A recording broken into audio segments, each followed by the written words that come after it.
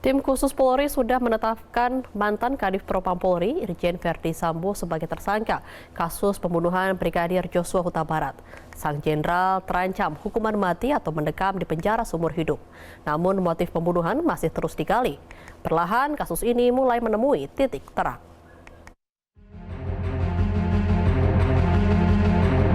Kasus kematian Brigadir Joshua akhirnya menemukan titik terang. Tim khusus Polri telah menetapkan Irjen Verdi Sambo sebagai tersangka, sekaligus dalang dalam peristiwa tewasnya Brigadir Joshua di rumah dinas mantan Kadif Propam tersebut. Kematian Brigadir Nofriansah Joshua Huta Barat atau Brigadir J bermula dari adanya informasi baku tembak sesama polisi di rumah dinas perwira tinggi, kawasan Duren 3, Jakarta Selatan pada 8 Juli lalu. Peristiwa ini melibatkan Brigadir Joshua dan Barada Eliezer yang merupakan ajudan Irjen Pol Verdi Sambo. Tim khusus Polri bekerja senyap, bahkan banyak menuai kritikan karena belum juga menemukan titik terang otak di balik pembunuhan Brigadir Joshua.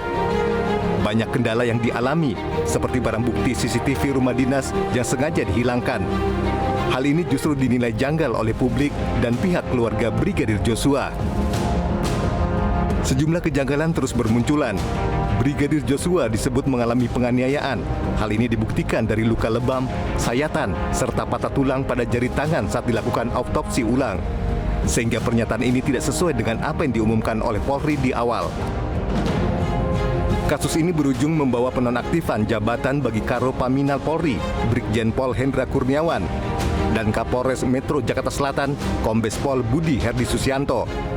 Tak lama berselang, Kapolri juga mencopot 10 anggota dari jabatannya, termasuk Verdi Sambo. Hingga akhirnya penyidik Bareskrim Polri untuk kali pertama menetapkan tersangka dalam kasus ini. Dia adalah Barada Richard Eliezer, alias Barada E, yang berperan sebagai penembak Brigadir Joshua.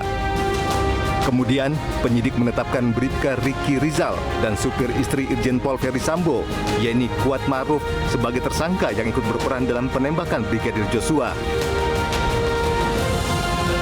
Kamis 4 Agustus lalu, Irjen Pol Verdi Sambo akhirnya muncul ke publik. Dia memenuhi panggilan Bareskrim Polri untuk menjalani pemeriksaan. Hari ini saya hadir memenuhi panggilan penyidik Bareskrim Polri. Pemeriksaan hari ini adalah pemeriksaan yang keempat. Saya sudah memberikan keterangan kepada penyidik Polres Jakarta Selatan, Polda Metro Jaya, dan sekarang yang keempat di Bareskrim Polri. Selanjutnya, saya juga ingin menyampaikan permohonan maaf kepada institusi terkait peristiwa yang terjadi di rumah dinas saya di Duren 3. Keesokan harinya, Verdi Sambo langsung ditahan di Makobrimob Kelapa II Depok. Selasa 9 Agustus 2022, Polri akhirnya mengumumkan dalam pembunuhan Brigadir Joshua, Irjen Pol Verdi Sambo ditetapkan sebagai tersangka, sekaligus pembuat skenario dalam kasus pembunuhan ini. Untuk membuat seolah-olah telah terjadi tembak-menembak, Saudara FS melakukan penembakan dengan senjata milik Saudara J ke dinding berkali-kali untuk membuat kesan seolah telah terjadi tembak-menembak. Dan tim sus telah memutuskan untuk menetapkan Saudara FS sebagai tersangka.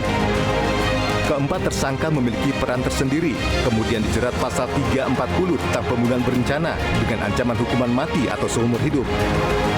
Menurut perannya masing-masing, penyidik menerapkan pasal 340, subsidiar pasal 338, junto pasal 55, 56 KUHP dengan ancaman maksimal hukuman mati, penjara seumur hidup, atau penjara selama-lamanya 20 tahun. Di hari penetapan Irjen Ferdi Sambo sebagai tersangka, Lembaga Perlindungan Saksi dan Korban atau LPSK melakukan pemeriksaan terhadap sang istri, Putri Chandrawati. Pemeriksaan dilakukan di rumah pribadi Ferdi Sambo, kawasan Duren 3 Barat, Jakarta Selatan. Rombongan LPSK juga membawa sejumlah staf, tim psikiater dan psikolog yang berjumlah sekitar 8 orang. Mereka mendengarkan keterangan dari Putri Chandrawati sekaligus asesmen untuk menindaklanjuti dan menentukan keputusan soal pemberian perlindungan kepada Putri. Tim Liputan, JPM TV, Jakarta.